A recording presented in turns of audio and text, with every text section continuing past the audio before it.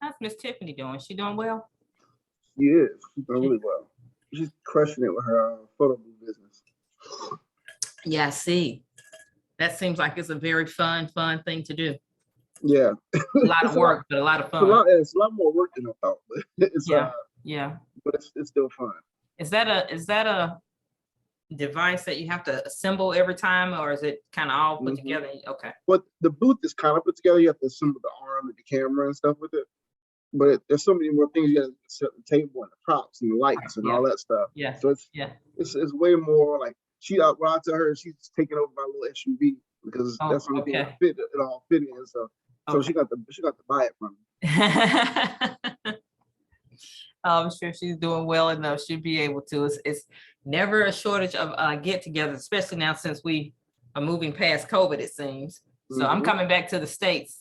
I'm leaving Thursday, actually. And I'm not even excited about coming because my mom says they act like COVID just went away in Atlanta. Like, and I'm like, oh, they do. Yeah, I ain't got time. I ain't got time. I ain't getting sick. Okay, let me go ahead and get us crunk. Okay.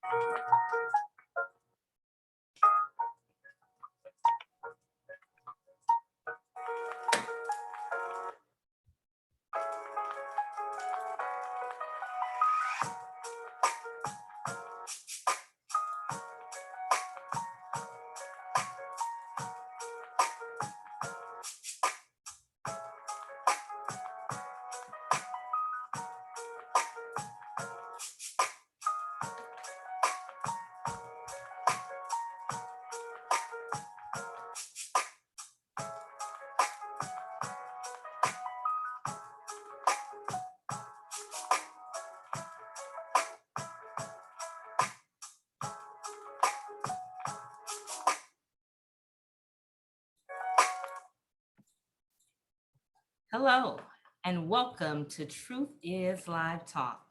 Here, we promise to tell the truth, the whole truth, and nothing but the truth. I'm your host, Ladawn Elliott, and my mission is to reveal truth so that others are inspired and empowered to share and live in their truth. So tonight on Truth is Live Talk, our favorite resident relationship expert will help us answer the question that women from every age, race, and socioeconomic demographic have asked. Why can't I find Mr. Right? Where Mr. Exclusive Thoughts himself, Troy Spry, will reveal 8 questions you need to ask to determine if he is your potential Mr. Right. But before we jump in, I love to share a little bit about Troy's background. As I said, he's a resident expert, so most of you are familiar with him, but for those of you that are new to the show, I love to be able to just kind of bring you up to speed as to who Mr. Spry is. So Troy started a blog called Exclusive Thoughts as a way to invite the world to share in as many interesting thoughts and conversations he had about life, love, and lessons they've taught him. He's been featured in Jet Magazine Online as a guest blogger for the Steve Harvey Act Like a Success conference.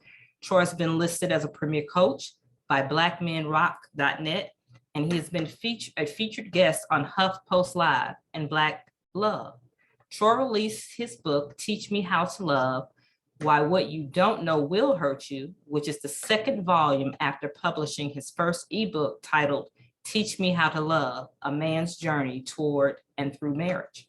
Troy's mission is simple: to inspire individuals to first become better people so that they can become better mates, create better relationships, and ultimately help to build better communities. He's a firm believer in the fact that you must live life intentionally and on purpose. Well, hello there, Troy, and welcome back to the show. How are you this evening? I'm great. Thank you for the introduction. I appreciate it. It's going to be a good one tonight.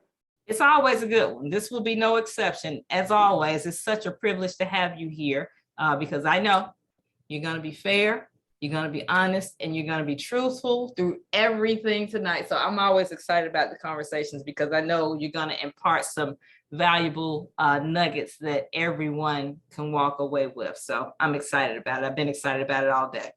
Let's do it. Okay. So before we jump in, I like to take a moment, as I always do each show, to thank the truth seekers that are joining us live this evening. Please feel free to like and share the live feed as well as share your thoughts in the comments. Each episode of Truth is Live Talk is permanently posted on my Ladawn Elliott Facebook page. As such, you can always rewatch them or direct others to my page to watch them, or simply pay it forward by sharing the videos with your friends and family via Facebook Messenger or sending the link to them in text or email. But make sure when you share the video to tell those that you share the video with to send me a friend request so they can be notified when the new episodes go live every Tuesday so they can join in on the conversation. So without much more to say, I want to jump right in. And I know Mr. Troy is ready because he comes prepared each and every time. Mm-hmm. So the question, why can't I find my Mr. Right? I know that there are several stages that ladies find themselves in when dating. So if you've had enough life experience and enough dating experience, you might have gathered enough information to understand what you don't want in a relationship and what you do want. And then you have those that are out there that might be ready to get married because all of my friends are married, or because the people in my family say that by this time I should be married. So you're not quite sure what to look for. And then you have those that are just looking for those superficial things. He's handsome. He may have something to offer me financially. He may just be companionship because I don't want to be alone. All of those individuals that are going out into the dating pool have different levels of experience and are looking for different things. But I think the key elements you're going to share with us tonight, no matter who you are, no matter where you are on the spectrum, these are things that we need to be thinking about and talking about. So the first question is, why is it important for women, no matter where they are, to have a discussion and really observe to determine whether a potential mate is consistent? What does that mean? So I'm gonna throw you for a little bit of a loop here, right? And before I even answer that question, I need to preface this conversation. Okay. So what I need to preface it with is, instead of worrying about can I find Mr. Right, the first question you got to ask yourself is, are you Miss Right? Okay. Let the church say amen. Let's start. So let's start there. Number one, are you Miss Right? Number two, do you seek to understand what Mr. Right might desire? Mm-hmm. Okay. What is Mr. Right like about a woman? What does Mr. Right want in a woman? What does Mr. Right potentially like or want out of a desire out of a relationship or a marriage? Right. So have you asked yourself those questions? Right. So number one, are you Mrs. Right? What are you doing? Number two, do you keenly understand what Mr. Right might desire? But then number three, what are you doing to position yourself to find this Mr. Right? Okay. So those are three things. Before we even get into the facts about what you should be looking for, those are three things we got to answer ourselves. I always advise women to answer those things themselves. Right. Are you Miss Right? Right. Do you know what Mr. Right would like or desire in a mate? And then number three, how are you positioning yourself in order to find this Mr. Right? Okay. Can I ask a clarifying question? Yes. Of those three things. So when you say, are you Mrs. Right? Most of us answer that question in the affirmative, right? Mm-hmm. And when they answer, it's pretty superficial things. So and that goes for men and women across the board, right? So what should a woman be asking herself to determine if she is ready to be in that arena looking for her Mr. Right, and to determine if she is Mrs. Right? Yeah. And I think the first thing we got to establish that everybody's not right for everybody, right? So right. you might be Miss Right for a certain Mr. Right, right? So let's put that out there just so we can calm people down that's out in the audience fussing right now saying, saying something about that, right? You might not be right for everyone. But what I am saying though is, have you done your inner work? Are you healed? Do you feel good about yourself? Do you know what you desire and what you want? What value can you add to a person that comes into your life? Okay. Are you selfless or are you still selfish? Are you great at communication? Or are you still, just a hothead that argues and confronts all the time? Start asking yourself those questions. What can I be doing better to be the best version of myself? Where am I financially? Where am I spiritually? Where am I socially? Am I feeling good about where I am in life? Right. And then do I have the qualities that a potential Mr. Right might like? Right. Are you physically appealing? Right. Are you taking care of yourself? Right. To where you're going to try to attract someone. So there's so many things that you got to be asking yourself as a woman and as a man before you just consider yourself a first round draft pick just because you exist. And I think that's where we've gotten to a point where people consider themselves first round draft picks just because they exist. Yeah. Well, maybe for a certain person you are, but what I'm likely to see is the person you aren't necessarily ready for. Okay. Okay. So can we start there? I just want to make sure I clear that answering your question. That's a great baseline to start from. And I appreciate you setting that foundation, because we're not honest with ourselves all the time, and even starting to ask those questions. And then when we do get to a point where we are comfortable asking those questions, I'll leave it at we're not honest with ourselves all the time. So those are good questions to ask yourself to determine if you're ready. Okay, so baseline set. Yeah, we start the baseline. Okay. So your first question was about consistency. Yes. Okay. So it's not even just about consistency per se, but are they who are they consistently? Okay. So what I mean is people can be consistently bad. Yes. They can be consistently terrible towards you. They can be consistently letting you down. They can be consistently disappointing you. They can be consistently talking to you in any kind of way. But who are they consistently? How do they show up consistently? And then how do they show up for you consistently? Oh, right? That's a big one. It can't just be they dip their toe in the water and they keep taking it out, right? So they give you a little bit of breadcrumb here, then they take it away. Then they give you some more little crumbs here, then they take it back. That's what we call breadcrumbing, right? Yes. And we see this often, which typically represents that they're not that into you. Okay. But who is the person consistently and how do they show up consistently matters. Because that's probably who they're going to be when you're in the relationship with them. Okay. So consistency matters tremendously. I hear a lot of people out there, if I had to talk about the top 3 things that women and men complain about when it comes to dating, it's a lack of consistency from people. But usually what they're talking about is an inconsistent communication pattern. Okay, that's usually what they're talking about. What I'm talking about is who does the person show up to be consistently for you and for themselves. Okay, and that matters. That matters so much, and I think we miss that because we are so focused on the end game, and that's getting him or getting her, that we excuse a lot of red flags. Because if they're not showing up for you consistently, heck, if they're not showing up for themselves consistently, they're not going to be able to show up for you or anybody else consistently. And I'm glad you mentioned the breadcrumbing, because I think a lot of women get in the cycle of, he's giving me so much attention. He's giving me so much of this in the beginning. And then they kind of pull back.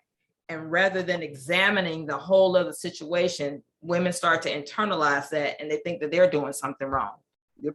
And then they play that run behind game. Yeah. And that's just only a signal that, as you said, he's not that into you, or he's testing how far he can go with you, how available you are to him. So ladies, you guys need to look out for that as well. And I don't want to be one-sided, because the conversation really is about, I prefaced it with finding Mr. Right, but this works on both sides, because men need to be looking to see how consistently she shows up for herself and for him too.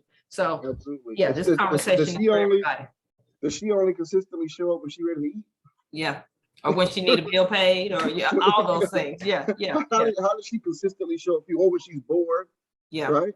All those things matter. How does the person consistently show up for you is incredibly important. Yeah, I agree. Agreed. So we talked about consistency, and I think something that links or that aligns with that is accountability, because you have to be accountable to be consistent. So what should people be looking out for when they're looking to determine if this potential partner is accountable? Oh man, this is such a big one. This is, if I had to say, like, if I were dating right now, right, in the dating scene, the top two things I would be looking for are growth mindset and accountability. Growth mindset and accountability. Okay. Absolutely. All right, so let's just talk about accountability, because that's the question. Okay, so you have to be identifying how they take responsibility for their lives and for the decisions in which they make. Okay. Right? Do they consistently blame and deflect and dismiss other people? Right? Do they consistently do that, or do they ever take ownership? Okay, so a person that's able to take ownership can see their own flaws, they can see their own insecurities, they can see areas in which they need to develop, they can see areas in which they need to get better in, they can see how they hurt you, how they affect you. They can admit to those things, they can own those things. But there's a group of people out there who run away from accountability. They're afraid of accountability because they're insecure people. Okay, insecure people hate accountability. Every day, all day. Yep. Because it means something, they internalize it. Something might be wrong with them. So you need to be looking to see how do people talk about work? How do they talk about their friends? How do they talk about their exes? Right? How do they talk about their ex relationships? And look and listen. Do you ever see or hear them take accountability for what they could have done differently? Yeah. Okay. Or was it always someone else's fault? Yeah. If it's always someone else's fault, guess what's probably going to happen in the relationship? It's always going to be your fault. It's always going to be your fault. Yeah. Absolutely. And I love that you said that, because that's really big, because I don't think we pay attention to patterns. People can say what they want, you know what I'm saying? But if you're around them long enough to allow yourself to see who they really are, who they really are shows up. So you see the destruction that they left, whether it's with family members or at work or any type of relationship they have. So yeah, I think that's very important for women, men, not to overlook the obvious. Yeah.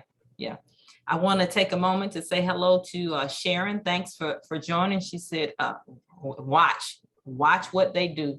Don't bank on what they say. A person's actions will reveal who they really are. Correct, 100%, Sharon. Thank you, Barbara, for joining us, as well as Betty Walker, Dodd, and Verna. Thank you, ladies, for joining us today. And we're going to jump back in while Tro is hot. He's on the roll as usual. So we talked about consistency. How consistent are they with themselves? How consistent are they with you? Accountability. Kind of look at their track record, and as to reference Sharon's comment, they will show up for sure. So next, why is it important for us to determine whether or not their values and their intentions align with yours? This is probably the most important thing you can do with starting to date someone. Is number one of the reasons that people get choosing a partner wrong is because they don't even know how to identify their own values. So if I don't identify my own values, how can I know if yours align with mine? Right? Because your values are your moral compass. They are the things in which that drive your day-to-day life. They're the things that you value the most.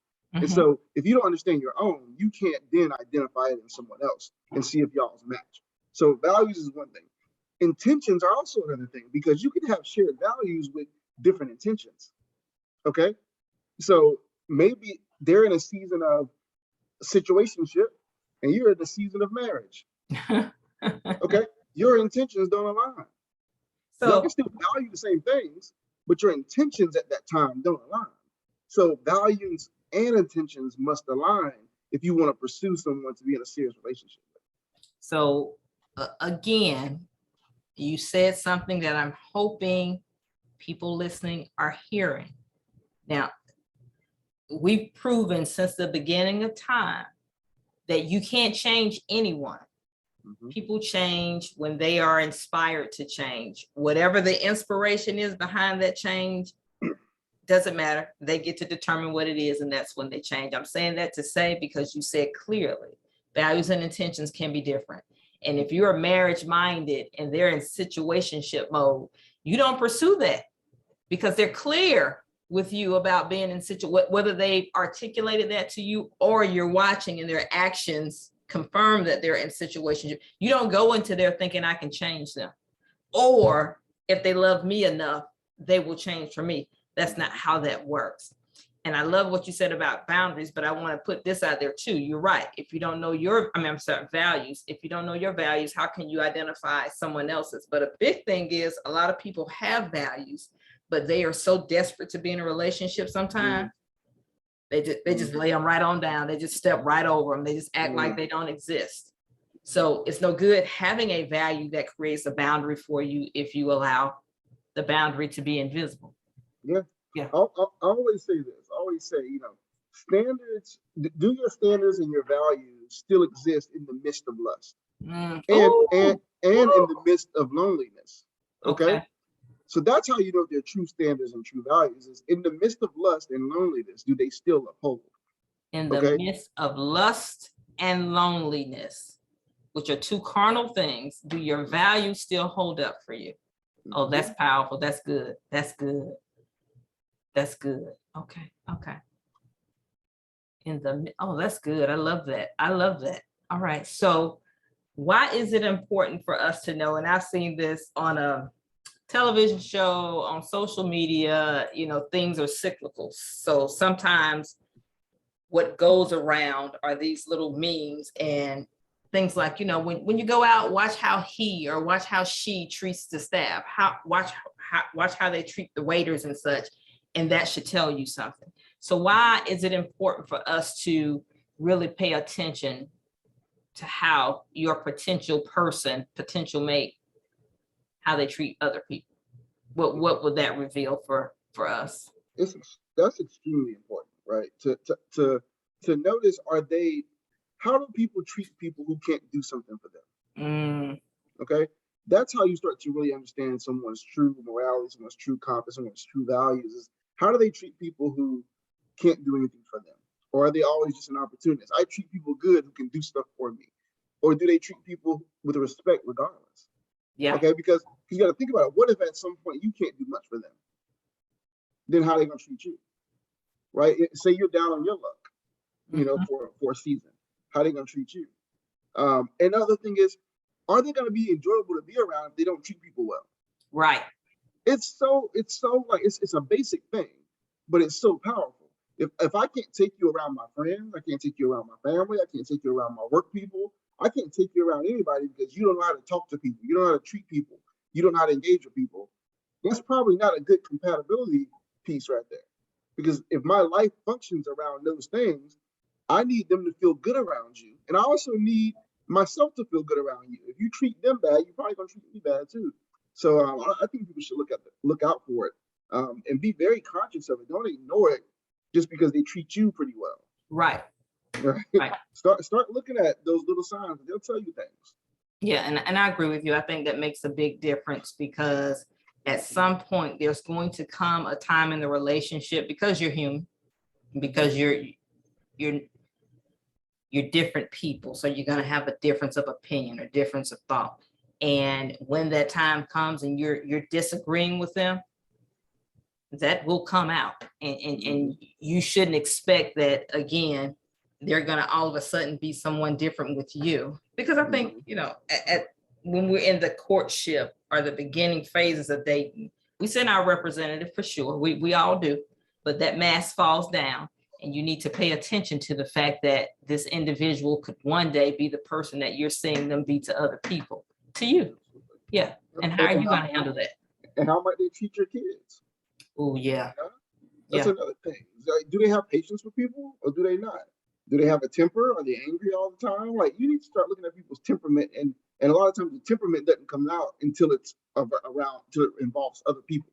Yeah, for sure. I want to say hello to Chuck. What Chuck said. Chuck said he was talking about he was making a comment referencing the alignment. He said that he had this conversation the other day with a friend. He is a Moor of the Israelite faith, and she is a Christian. Their worlds just don't align, so it's pretty difficult for them. And Carlos responded said, if you all can put the labels, religions, and customs and doctrines aside and pick up the good principles that they teach about how to be our best selves as humans, you can get through and be successful. Well, everybody's got to be a willing participant for that, because people, some things, religion and love, politics, people are beholden to those things, and they have to be willing to get beyond those traditions and things that they've been taught to move beyond that. So yeah, good comments. So another thing that you probably are going to have to define this, because this is one of those terms that people throw around but don't really know what it means.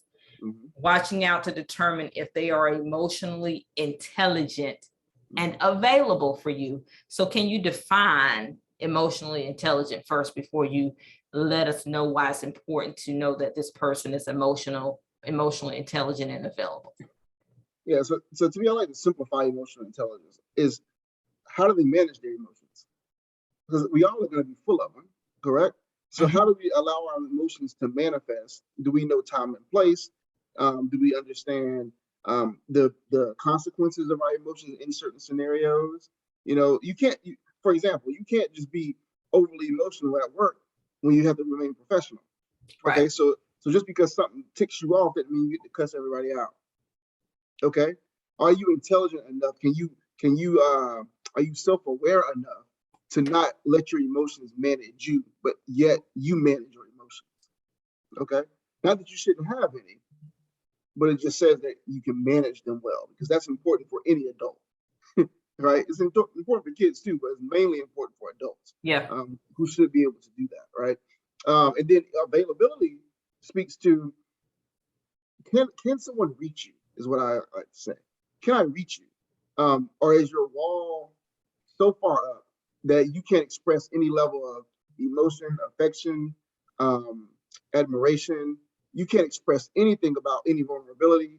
So guess what? Without emotional availability, there's no vulnerability. Without vulnerability, there's no intimacy. Okay.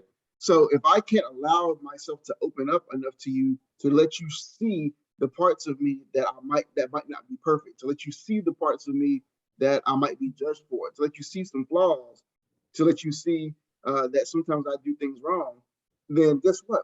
I can't be available to you emotionally. I can't connect with you. How do we connect with someone that we can't see? Correct. Okay. And so emotional availability is about, can I see you and can I reach you? Not just, can we go have dinner together? Yeah. That doesn't build connection, right? Intimacy is about closeness, and closeness comes from availability. Connection. Yeah. There you go. So to me, those are the things you got to be looking for. Like, you see people, it's all good when you're having fun, right? You're out, you're going to the game, you're going to the concerts, you're going to dates, and and you just like each other physically. But at the end of the day, there's got to be a person to connect with, and people will marry people and never connect with them. Yeah. And you can pursue those relationships, I believe, and you end up with a roommate. That's exactly you end up angry, you end up frustrated. And Barbara said, you're right, you have to be able to open up, and you have to be able to open up, and you have to know that your partner is able to open up.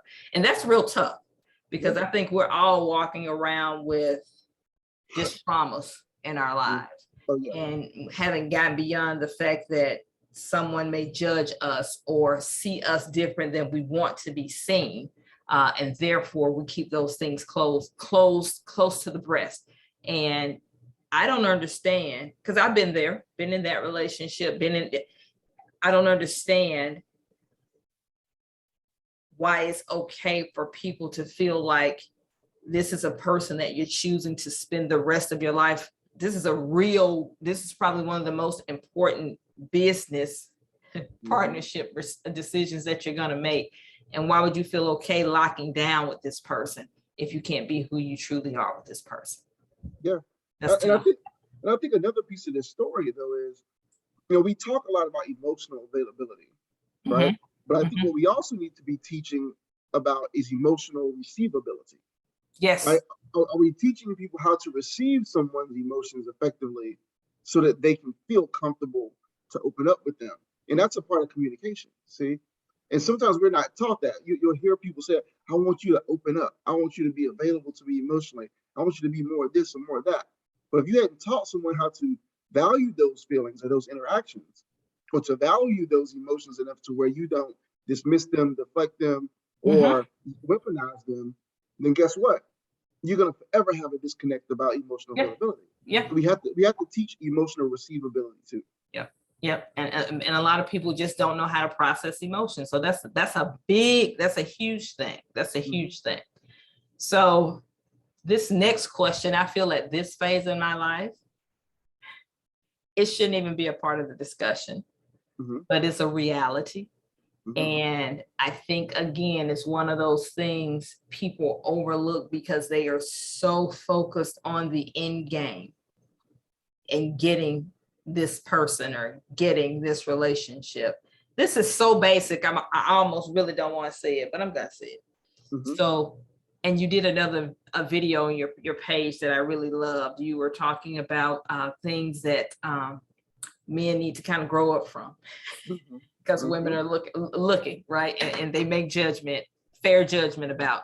But hygiene, why is it, God, that is so basic. You just really don't even think you want to say it, but it's a real thing. Why should women be very concerned about a man's hygiene? Oh, yeah. If they're looking to make them a potential partner? Well, for one, you got to live with that man. Okay. Every day. So you got to live with him. And the same thing for ladies, right? You got to pay attention to her hygiene as well. Like, what it really comes down to is, do they take care of themselves? Yes. Okay, that's at the core of it. But when you start seeing stuff like, okay, you complain about, his him not being him not smelling good, him not being well groomed, him not being able to take care of, he don't even clean the tub out, right? Or women will say, oh, he's just nasty. Well, guess what? Guess what nastiness affects? It affects intimacy. Every day. Okay. Yes. So why do I want to kiss and hug and cuddle and be up? I just want to have somebody on top of me or, around me who doesn't wash well, who doesn't groom themselves, who doesn't, whose feet stink, or whatever it might be. Same thing for women. No man don't want to be with a nasty woman either. And so start paying attention to how people take care of themselves, because self-care is important, as well. So hygiene is a big thing. And not saying, because remember, a lot of men, come from bachelor lives where it's not really as pressing. So they ain't got to think about a lot of those things because they're with their homies and the homeboys don't really care, right? But when you get a woman into your space and she wants to be turned on, the first thing she has to feel is comfortable, right? Yeah. And if she doesn't feel comfortable in your space because you don't take care of it well, you don't take care of yourself well, that's going to be a blockage to intimacy at the end of the day. And that seems, again, so ridiculous to have a conversation about, but it's so real because, again, it's one of those things we overlook. If you're going to a potential partner's or potential mate's place and it's filthy, it didn't just get that way today. And you're considering this person for partnership to share an abode with, that's just frustration and arguments building up if you're thinking they're going to change all of a sudden because you're sharing a space together. No, that's how they exist, right? And I get the early on bachelor pad. Yeah, every now and then it'll be a little whatever it's going to be. But if it's you all have been courting for 6 months, a year, and every time you go, it's that, or when they come to your place, they're not maintaining things. And that hygiene, again, and I think it even goes beyond just the personal self-care, but you have to understand what you're comfortable with. Meaning, if you're not a smoker, or if you're not a drinker, or if you're not a whatever it is that they may be into, again, if it affects intimacy, if you're turned off by certain things, you can't all of a sudden expect them not to do these things, and that's how you met them, not do these things, and because you're not turned on by them. That's what they do. You buy it, and at some point you have to come to terms with it if you do accept it. So don't even go down that road if it's not something for you. And I think a lot of us really, again, miss that and think that it'll get better, it'll magically disappear when we're in a relationship. That's not how it happens. That's not how it happens. Here's one other thing. I'm a firm believer that clutter is chaotic. Clutter is Okay? chaotic. Yeah. Mhm. And so when we talk about a peaceful home, if there's always a lot of clutter and a lot of stuff and it's messy all the time and it's not well kept and it's dirty, I just think that's a recipe for conflict. Frankly, Yeah, I believe there's energy around that in a it home. is. Mhm. Mhm. And I think your external space is a reflection of your internal space. I believe that personally. I really do. And I'll leave that there because I think you articulated what I'm trying to say, that, you know, if you're kind of cluttered on the inside, you're not clear enough to kind of be in a space to have a relationship and bring somebody else into that space. And it's reflected on the outside, how you live, for sure. Absolutely. For sure. Okay, so the big one, financial stability, financial compatibility. You know, we talk about love languages and everybody talks about the, physical touch and words of affirmation, but there's also a thing about financial love languages. You know, once we get past the fact, if you're responsible, if you're stable, are you a spender and he's a saver? Because we're talking about another set of conflict coming in. So kind of walk us through why it's important for you to know about your partner's financial responsibility, where they are, how they think, how they work. Yeah. So can we stop acting like money is not important? Because it absolutely is.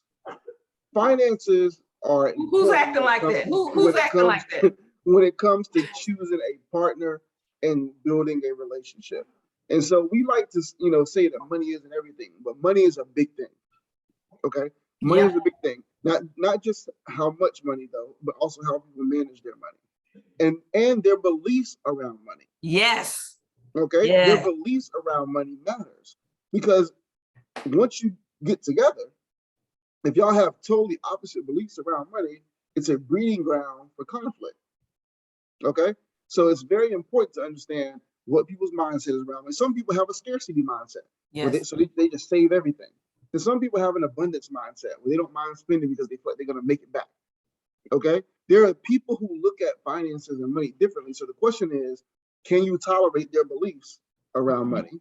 Now, mind you, sometimes you can get with somebody and they can teach you some things and it helps expand your mind. That goes back to that growth mindset, though, that we talked about. Do they have a growth mindset? So to me, I think also, let's just be frank, financial stability does impact your ability to provide and make someone feel secure. Yes. Okay. So if someone isn't consistent financially, they're always in between jobs. They can't sustain one. They start a business and then they quit it, and then they start another business and then they quit it. But there's never any consistency. It's really hard to live securely if you're unstable. It is. Okay? It feels unsafe and it's unhealthy. It's unnecessary stress. Yeah. There you go. You don't have to choose that. Yeah. Yeah. And that's the other thing when you're choosing a partner. You can't. It's like what you said earlier. You can't bank on them suddenly changing their ways just because y'all get together. Yeah. So pay attention to how they believe, what they believe now, and how they manage their assets now, and how they manage their career now and their jobs and all these kind of things. I'm not saying we have to make a ton of money. That's not what I'm saying.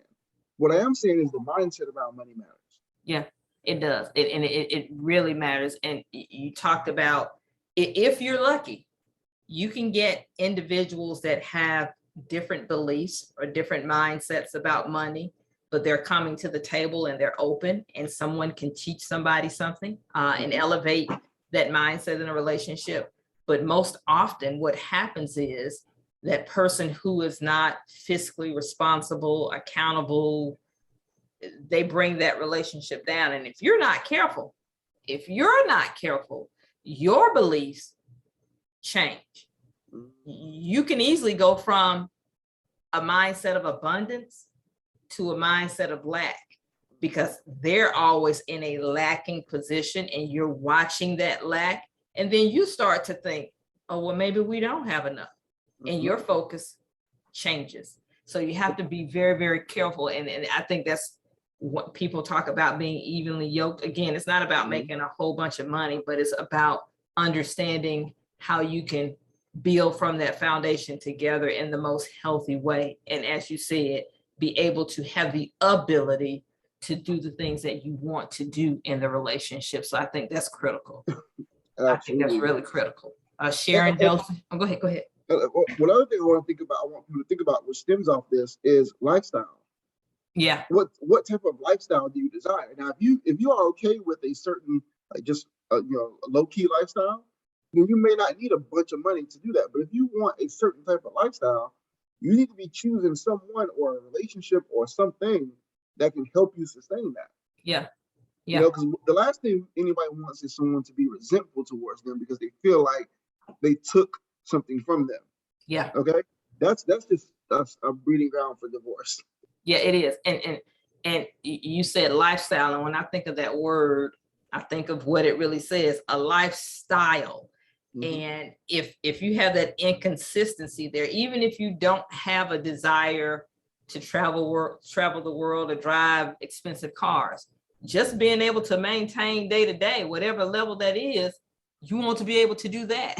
If that's the level or the style of life that you selected, you want to at least be able to do that and not worry about, where the next meal is coming from or how the next bill is going to get paid. That's life is enough in itself to not have to add that to the relationship.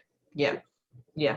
Sharon said, we keep mentioning growth mindset, but we haven't mentioned the build together mindset. So you have any words around the build together mindset? Yeah, I'm a big fan of building together if both people are building. Right? So that's the key, is like, are both people doing their part? Now, that doesn't mean they have to be doing the same thing, right? Some may have different roles, but are they both elevating at the same pace in their roles? Are they being good within their roles? And I think to build together, you have to have a growth mindset, because you have to believe that something else is possible. Okay? You have to believe. That's part of the growth mindset, is, do you believe that there's something for me other than just where I am? Right? And then am I open to new things? Am I open to trying different things? Am I open to reading new things, getting new knowledge? Am I open to taking risks? Like, all those things are important in the growth mindset. So in order to build together, if you got somebody that has the growth mindset and someone that has a fixed mindset, it's going to be really hard to grow together. It is. Really hard. Yeah. And Barbara said, I think the growth mindset includes both people, just as you said. And that, I think that's critical to look at too, because there are some people that are just fine. I mean, you can take it. Sometimes you have to take things out of relationship context for people to get it, right? It's okay if you went to school and all you ever wanted to be was a kindergarten teacher because you love those little people, and it takes a special person to hold that role. If you never want to be a lead, if you never want to be assistant principal or a principal, that's fine. You get to choose that. And it's not that people that aspire to be principals can't be with the person that wants to be a kindergarten teacher, but you can't go into that relationship pushing them into something that they want or expecting them to be beyond what they desire to be, right? And when you look at it from that perspective, you come back to the relationship. You can't push people where they don't want to be. And sometimes people just don't want what you want. That's it. They just don't want what you want. And some people don't even have the vision to see what you are seeing. And again, it can go backwards. You're here with that growth mindset, that building together. And if you're aspiring to do this and they can't even visualize it, they don't even understand, more often than not, they're not going to say, okay, that's fine, you go ahead and fly on and do what you want to do. They're going to start to tear you down because they can't even see what you're saying. They don't even understand. So again, you have to understand and know that, because you don't want to get in a relationship where it's contentious all the time and you're thinking, this is basic, I'm just asking to go somewhere other than Florida for a vacation. And it's a whole thing. But it's all of them is important. Yeah, all of it is important. All of it's important. So I want to make sure I've asked all the 8 points, and you covered them in the way that you feel everyone listening tonight can walk away with something in their tool bag that they might not have had before, might not have thought about it in the way that you discussed it tonight. So the first thing we talked about was consistency, how people show up for themselves and how they show up for you. And then accountability, values and intentions being aligned. Values are very different from intentions, but you have to make sure that they are aligned and that you know what your values are coming into it. Recognizing how a potential partner treats other people, emotional intelligence and being available. Communication, I think that's big. I think if you can't communicate well, none of the rest of it matters. Do they communicate well? Do they have basic good hygiene? Are they financially stable and responsible? So in going back over all of those things, was there anything that you wanted to kind of really focus on and highlight a little bit more to make sure they got it? Yeah, they got it, because I really want women to walk away, men to walk away, if you've not employed any of these things, thinking of how you can employ those when you're going out to date, especially if you're at the stage of looking for partnership. Yeah. One of the ones I want to expand on is communication, because most people think they're good communicators. Yeah. But most people aren't good communicators. So you see what the disconnect is here. Yeah. And so communication is far beyond the words you say. It's the body language, it's the tone, it's the timing, it's the technique. It's all of these things together that allow you to get a message across. But the biggest part of communication is your ability to listen. And that's where we lack so many times. And what I found is a lot of people confuse communication with confrontation. Confuse communication with what? Confrontation. Oh. So they feel like we're communicating because I'm confronting you. Yeah. Or, I'm bringing this issue to you, or whatever it is. But effective communication isn't effective if the other person can't receive it well. Hello. Okay. Now, a lot of us are communicating through our trauma, right? So that we're communicating through our trauma and through our examples. And so those weren't always right. So what I would encourage people to do is, even if you think you're a great communicator, please go reassess it. Ask a few people around you. Ask them if you're a great communicator, and then you'll get your real answer. Ask the people closest to you. Because what you'll probably hear is, you're okay, but you get really defensive. Oh, I don't ever feel like you hear me when I'm talking to you. Oh, you get kind of loud. Oh, it's all these kind of things that you might not even be aware of. But I'm challenging people to don't just say you're a good communicator. Affirm it. Go ask some people. Affirm it, and then go study it anyway. Because here's my view, Ladawn, is that if we all could just get better at that, we'd be light years ahead. Yeah. In terms of relationships, we'd be light years ahead, because you hear everybody says what? Communication is the key, but then no one teaches you how to do it. Yeah. And we all assume that we are doing a good job just because we have the ability to speak and confront and defend and all of those things that you talked about. And you're absolutely correct. I think that's something that you should do in most areas of your life. Take the temperature, because we all have blind spots, and that's why they're called blind spots, because we don't see them.